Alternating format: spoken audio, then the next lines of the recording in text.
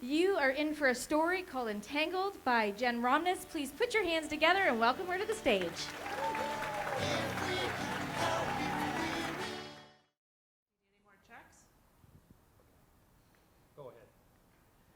My story begins in 2009. Mom had missed my birthday. Her absence stung because many times Mom had assured me, "Don't worry, Jenny, I love you. Your father will never keep us apart." Yet, over time he had. First he banned her from her emails, later the post. Then they moved from Owen Sound to Brampton, cutting Mom off from a clandestine network of people tasked with making sure she was safe. When I asked my mom, "How did you get that bruise?" she'd reply, "Oh, I fell on the closing door." Even my mom's lies were disingenuous. Mom and I were more like sisters than the classic mother-daughter because she became pregnant with me, her only child, at age 17. Mom and I looked alike, acted alike, and talked alike to the point that we could finish each other's sentences. When her physical and emotional injuries piled up, we were so close that I felt her pain too. At the same time, my father wanted me to check up on her even less, so they moved to a gated condo complex so Mom couldn't be accessed by a simple knock on the door. Even though Mom cherished her relationship with me and her granddaughters, each contact was becoming increasingly difficult. I'm sure you're wondering, if your father was really that bad, why didn't your mother just leave him? That's a theme that I explore in my newly published memoir called Entangled. It's not too much of a spoiler to reveal that my mom was caught between choices, and she stayed. Helping my mom survive in that abusive relationship was downright distressing. But that turmoil pulled us even closer.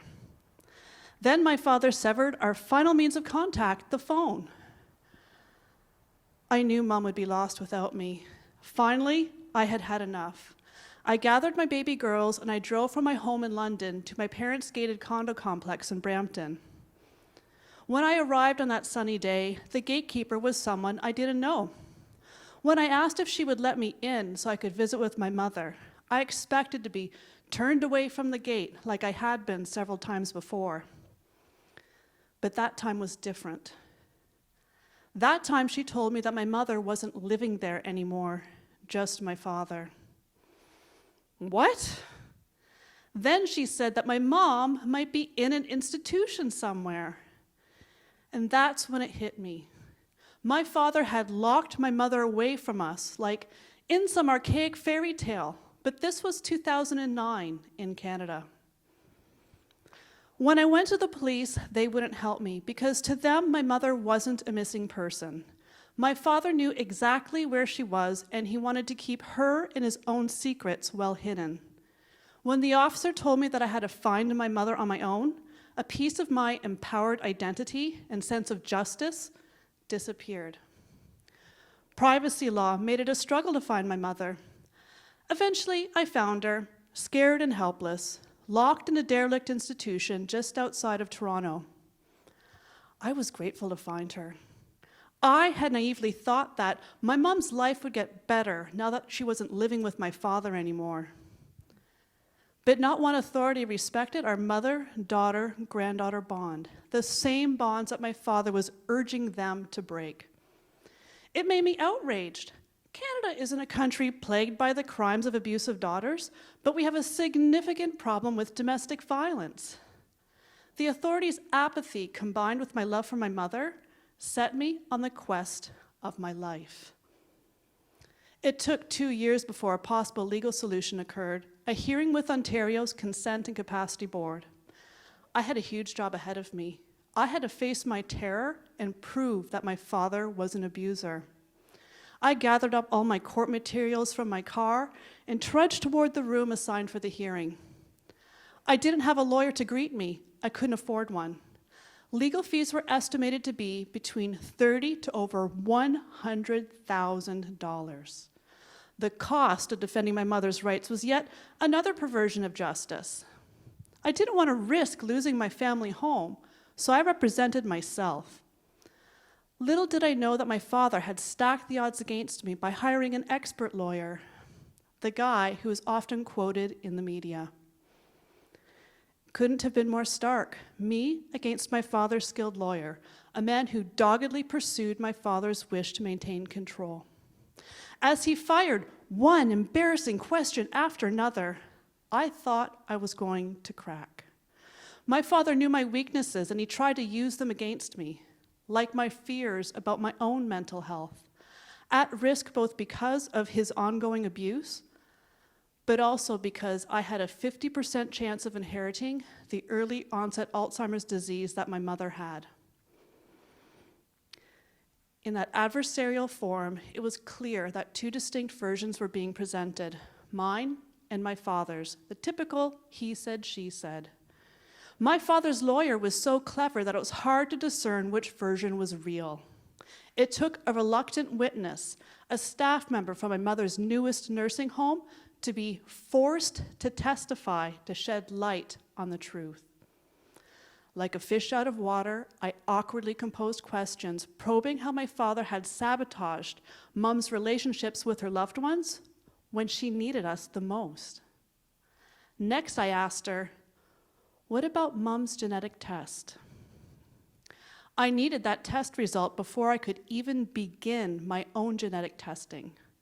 But she revealed how my father had kept that information from me using privacy law, concealing it in his back pocket so he could manipulate me with his warped agenda at a later date. Then she revealed how my father had specifically instructed the staff that I was not to be told if my mother was hospitalized or if she died. My father wanted me to be sent on another inhumane search for my missing mother. Only if Mom had died, I never would have found her. When I finally figured out my true loss, I would have been crushed and left wondering, did my mom suffer during her last hours? Was she alone? That raised the stakes at the hearing. I was tired of my father treating my mother and me like undesirable property that he was allowed to discard. Now for some good news. I won the hearing. The hearing's 25-page decision finally protected my mother's rights and ended my father's abusive reign over her. Sadly, by that time, my mother's Alzheimer's had progressed to the point that she was no longer able to speak. Ironically, my father had used that as another reason for him to keep his control in place, that my mother was too far gone to get any benefit from having me and my granddaughters, her daughter, got that mixed up, me and my daughters in her life. But he was wrong. My mother showed me how important me and my daughters were to her, and she also, the staff commented on how my mother was much more content now that my father was out of her life. Mom died a year after the hearing's resolution at age 55. 2012, the last year of my mother's life, changed me. I can't say that my faith in the legal system was restored, because rights have to be fought for, and the system has a lot of room for improvement. I can't say that I'm fully healed, because it still hurts. I still feel the loss of my mother. What I can say, and what I learned from this, was that my father couldn't end the love that I shared with my mother through force. Our love prevailed, and the truth of our story impacted people in surprising ways. Like my father's lawyer. I was more afraid of him than my own father when I was writing my manuscript. But when I presented him with my memoir, he not only encouraged me, but he helped me by fine-tuning some legal parts in my book.